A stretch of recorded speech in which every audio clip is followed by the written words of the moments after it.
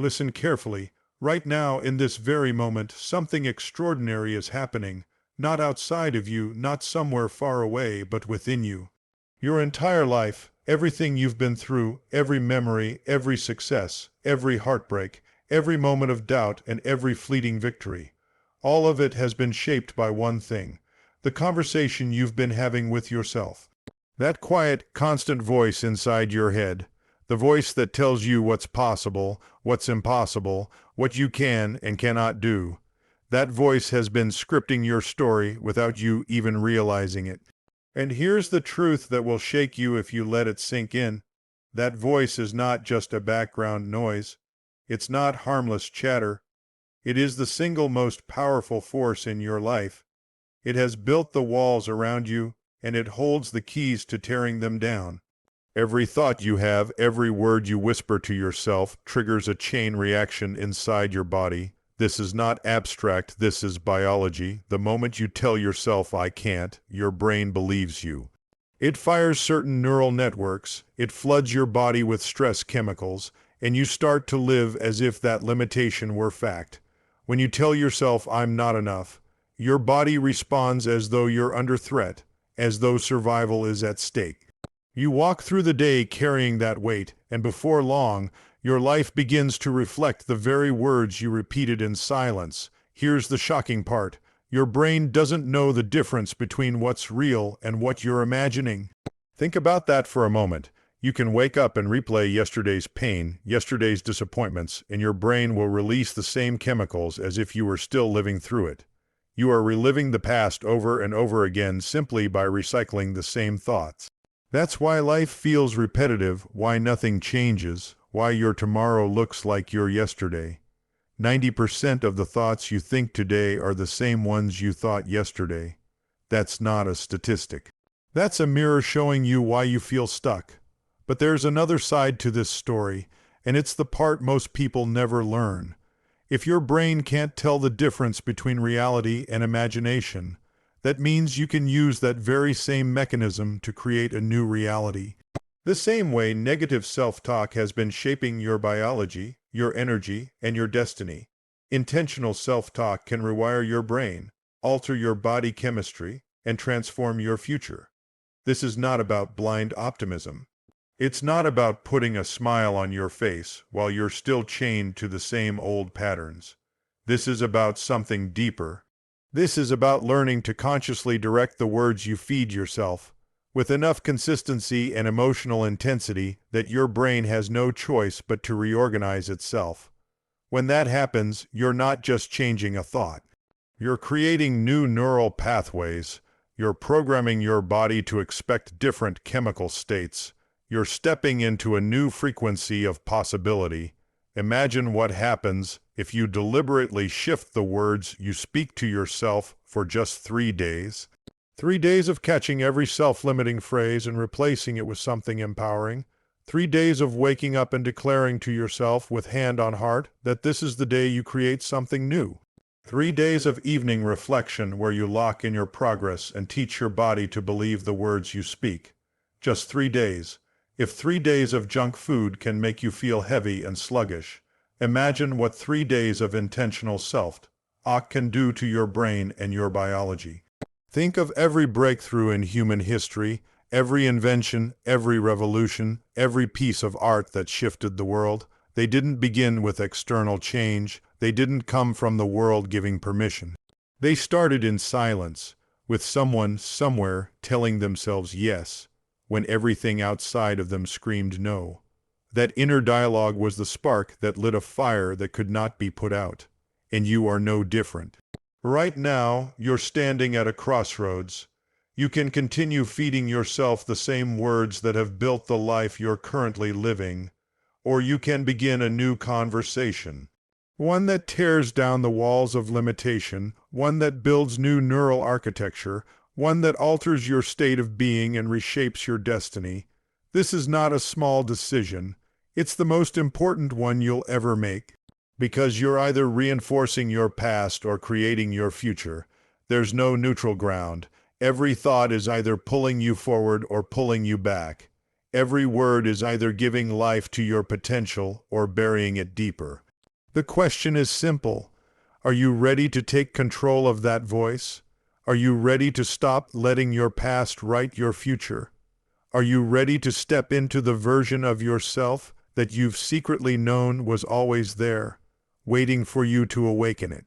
If you are, then these next 3 days will not just be days on a calendar. They will be the start of your rebirth. They will be the moment you look back on and say, that's when everything changed. Not because the world shifted, not because someone gave you permission, but because you finally claimed the one power that has always been yours, the power of your own inner dialogue. Every structure begins with a design. A building rises only after an architect has drawn the lines, set the foundations, and envisioned what will stand in that space. In the same way, your life is nothing more than the architecture of your thoughts, and the most powerful of those thoughts are the ones you repeat to yourself day after day, the words you whisper silently in your own mind. That is your blueprint. That is the foundation upon which your reality rests. Most people don't realize this. They believe life is shaped by circumstances, by luck, by what others do or don't do. But the truth is far more intimate and far more challenging. It is shaped by the ongoing conversation within your own mind. Every sentence you repeat, every silent agreement you make with your fears, every quiet declaration of "I can't," becomes part of the scaffolding that builds the life you're standing in right now. Think about it. Your self-talk is not just background noise. It is instruction. Your brain listens to every word as if it were law. When you tell yourself you are weak, your brain sends signals that align with weakness. When you declare yourself strong, your brain fires new networks to support that reality. Every phrase is a command, every thought a brick, every belief a beam that supports the structure of your destiny. You may look at your life and see struggle, limitation, disappointment, and wonder how you ended up here. The answer, though difficult to accept, is simple. The architect of this reality has been you. Not the world, not your parents, not your past, though all of these have influenced you. The one holding the pen, the one drafting the design, has always been that voice in your head. And it has been working non-stop, whether you were aware of it or not. This is why awareness is everything. The moment you become conscious of your self-talk, you begin to see the blueprint. You begin to notice how often you've been designing walls instead of doorways, ceilings instead of open skies. You realize that the words "I'm not ready," "I can't afford this," "I'm not enough," are not passing comments but bricks being laid into the foundation of your life. And the longer you repeat them, the stronger the walls become, until you are living in a prison you built with your own hands. But here lies the hope, and it is greater than you can imagine. If you are the architect of your reality, then you can redesign it. The same way you've been shaping your present with disempowering words, you can begin shaping your future with words of power, words of clarity, words that build doorways where walls used to be. The blueprint can be rewritten. The foundation can be rebuilt, and it starts with one choice. The choice to take control of the conversation you are having with yourself. The moment you shift your words, you shift your structure. The moment you change your inner dialogue, you begin to dismantle the old architecture of limitation and construct something new, something extraordinary, something that reflects not your past fears but your deepest possibilities. You are the architect, you always have been. The question is, what kind of reality are you going to build from here? One of the most astonishing truths about your mind is this: your brain does not know the difference between what is happening in the outside world and what you are vividly imagining inside. To your brain, thought and reality look nearly identical. This means that every time you replay a memory, anticipate a problem, or visualize a possibility, your brain reacts as if you are living it right now. Think about how powerful this is. Imagine someone recalling a painful event from years ago, a betrayal, a failure, a moment of humiliation. As they think about it, their heart starts to race, their chest tightens, their stomach knots. Yet nothing is happening in the present. The event is long gone. But the brain, unable to distinguish between the memory and reality, releases the same chemicals it did back then, flooding the body with stress hormones. It is as if they are trapped, reliving the moment again and again, not because it is happening, but because the mind insists it is. This explains why so many people feel stuck in cycles they cannot escape. Their brain keeps playing yesterday on repeat, and their body keeps reacting as though yesterday never ended. They are imprisoned not by the world, but by their own inner movie. 90% of today's thoughts are recycled from yesterday, which means that without awareness, the same emotions are being triggered, the same choices are being made, and the same reality is being recreated. But here's the extraordinary flip side. If your brain can't tell the difference between imagination and reality, you can use this same mechanism to your advantage. Just as imagining fear creates stress, imagining empowerment creates strength. When you vividly picture yourself succeeding, when you speak to yourself as though you are already capable, when you attach emotion to these images and words, your brain fires as though it is already true. Neural pathways are formed. New connections are wired. Your biology begins to prepare for a reality that hasn't even happened yet. This is why athletes visualize their routines before stepping onto the field. It is why performers rehearse not only with their bodies but with their minds. They understand that the brain is a rehearsal stage, and the more clearly they imagine success, the more their body aligns with that image. The brain doesn't wait for proof, it builds pathways according to the story it is told most often. Now pause and consider what story you've been telling. If you constantly imagine struggle, if your inner dialogue paints a picture of failure, then your brain is rehearsing for defeat before you even begin. But if you choose to imagine new possibilities, if you speak to yourself in a way that affirms growth, if you feel the truth of those words in your body, your brain begins to create the conditions for that reality. This is not fantasy, it is science. The same mechanism that traps people in cycles of fear can be harnessed to break those cycles. The same brain that has been rehearsing your limitations can be trained to rehearse your breakthroughs. And once you realize this, the question is no longer, can I change? But what reality do I want my brain to begin practicing today? Because whether you realize it or not, your brain is always rehearsing something. The choice is yours. Will it rehearse your past, or will it prepare you for your future? If you repeat something long enough, your mind accepts it as truth. This is one of the simplest yet most powerful mechanisms of the human brain. Belief is rarely born from logic or proof. It is born from repetition. Every conviction you hold, whether empowering or destructive, has been etched into your mind through countless cycles of thought. Words heard often enough, thoughts replayed endlessly, eventually take root and grow into unshakable beliefs. Think back to when you were a child. Many of the things you believe about yourself today, whether you are smart or not, lovable or not, capable or not, didn't come from evidence. They came from repeated voices around you. Maybe a teacher told you once that you weren't good enough, and your mind replayed it until it became your identity. Maybe someone told you you were talented, and because it was repeated enough, you began to live into that truth. In either case, it wasn't the single event that shaped you, but the echo of it. The way it was repeated inside your mind. This is how beliefs are formed. Thought plus repetition equals conviction. And once a belief settles in, it begins to guide every choice you make, often without you realizing it. If you believe you are unworthy, you will subconsciously turn down opportunities that could change your life. If you believe you are destined to fail, you will sabotage your own progress, not because you want to, but because your mind is following the script it has rehearsed 1,000 times. The tragedy is that most of these beliefs are inherited, not chosen. They were programmed into you by repetition long before you knew you had the power to question them. Yet here is the truth that changes everything. The same way harmful beliefs were installed, new empowering ones can be built. Repetition is not your enemy, it is your tool. Consider affirmations. People often dismiss them as silly phrases spoken into the air.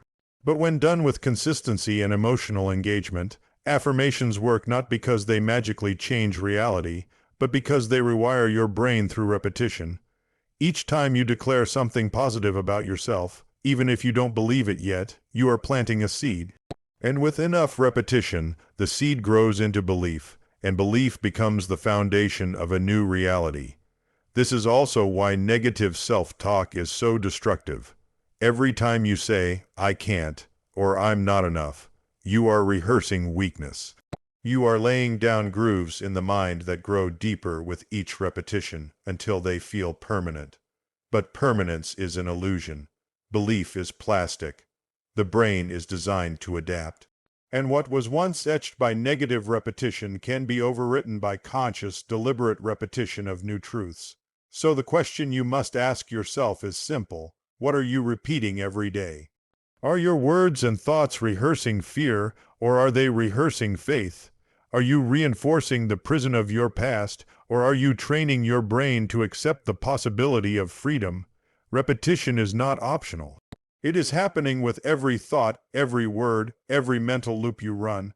The only choice you have is whether that repetition strengthens your chains or builds your wings.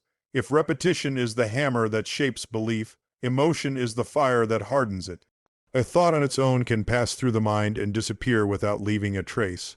But when that thought is charged with strong emotion, it fuses into the nervous system. The brain remembers not just the words or images, but the feeling attached to them. That feeling is what gives the thought its weight, its staying power, its ability to influence behavior long after the moment has passed. This is why the most vivid memories you carry are not ordinary days, but the moments when you felt something deeply, whether joy, fear, shame, or love. You may forget the details of what you ate or where you walked last week, but you never forget how it felt the day you lost someone, the moment you were humiliated, or the instant you achieved something you never thought possible. Emotion stamps thought into permanence. Marketers and storytellers know this well. A commercial doesn't just list facts about a product. It tries to make you feel something: happiness, belonging, excitement. Because they know that if they can get you to feel, they can get you to remember. Your brain works the same way with your inner dialogue. Every time you think, "I'm not enough," and it triggers shame or fear, you are reinforcing that belief with emotional glue. Every time you imagine success and feel genuine excitement, you are wiring that possibility more deeply into your reality. This is also why trauma can be so powerful. It isn't just the event itself, it's the emotional intensity that locks the memory into place, sometimes for a lifetime. The nervous system replays the feeling, not just the thought, making it difficult to move forward. But the reverse is equally true. Positive emotion can anchor new, empowering thoughts just as strongly. When you pair a thought with gratitude, joy, or determination, your brain begins to accept it as something real and worth holding on to. This means you cannot change your reality by thought alone. You must involve your emotions. It is not enough to mechanically repeat affirmations or visualize a new future without feeling them. If your voice is flat, if your body is numb, if your heart isn't engaged, the brain won't register the thought as important. It will simply fade away. But when you breathe into it, when you allow yourself to feel what it would be like if that thought were true, your body begins to act as though it already is. Emotion, then, is not a weakness. It is a tool. It is the spark that transforms a thought from a passing cloud into a lived reality. If you want to change what your brain believes, you must learn not only to think differently, but to feel differently. You must give your mind new experiences of joy, gratitude, love, and strength, and let those emotions stamp your new beliefs into your very being. The question becomes, what emotions are you attaching to your thoughts each day? Because every feeling you allow yourself to dwell in is either sealing your old reality tighter or helping create a new one. The subconscious mind is like fertile soil. Whatever seed you plant in it, whether good or bad, it accepts without debate. It does not question whether a thought is true, logical, or helpful. It simply takes what you feed it and begins to grow it into a lived reality. This is why people can carry beliefs that make no rational sense, and yet those beliefs still dictate their behavior. The subconscious doesn't check for accuracy. It only responds to consistency. Think about how you learn to walk, ride a bike, or drive a car, At first, it required effort and conscious thought, but after enough repetition, the actions sank into the subconscious. Now you can perform them almost automatically. This is the nature of the subconscious. Once something is accepted, it runs the program on its own without needing your awareness. The same thing happens with beliefs about yourself. If you tell yourself long enough that you are unworthy, your subconscious will adopt it as a program and act it out without question. This explains why willpower alone so often fails. You can consciously decide to change, but if your subconscious is running a conflicting program, the old pattern eventually wins. It's like trying to row upstream while the current pulls the other way. The conscious mind can only hold its effort for so long. Real change happens when the subconscious mind begins to work with you rather than against you. And here is the crucial truth. Your subconscious is always listening. Every word you say to yourself, every image you hold, every emotion you dwell in becomes an instruction. If you keep repeating, "I'll never make it," your subconscious treats it as a command and aligns your behavior accordingly. But if you start saying, "I am capable, I am worthy, I am becoming stronger," and you reinforce it with repetition and emotion, your subconscious begins to adjust your actions, your confidence, and even your perception of opportunities around you. This is not mystical, it is psychological. The subconscious filters your experience, deciding what to notice and what to ignore. If your belief is "I'm unlucky," you'll only see proof of failure. If your belief is "I'm growing," you'll begin to notice opportunities that were invisible before. The subconscious mind doesn't argue, it simply follows the direction it has been programmed to accept. That is both the danger and the power. The danger is obvious. If you neglect your thoughts, your subconscious will adopt whatever harmful beliefs slip in, and those will quietly run your life. But the power is greater. If you choose your thoughts deliberately, if you feed your mind with faith, hope, and strength, your subconscious will eventually take those commands and build them into your reality. So you must ask yourself, what instructions are you giving your subconscious every day? Are you programming it with doubt, fear, and limitation, or are you teaching it to believe in your worth, your strength, and your possibility? Because it will not argue with you, it will not resist you, it will obey, and your life will reflect the seeds you have sown.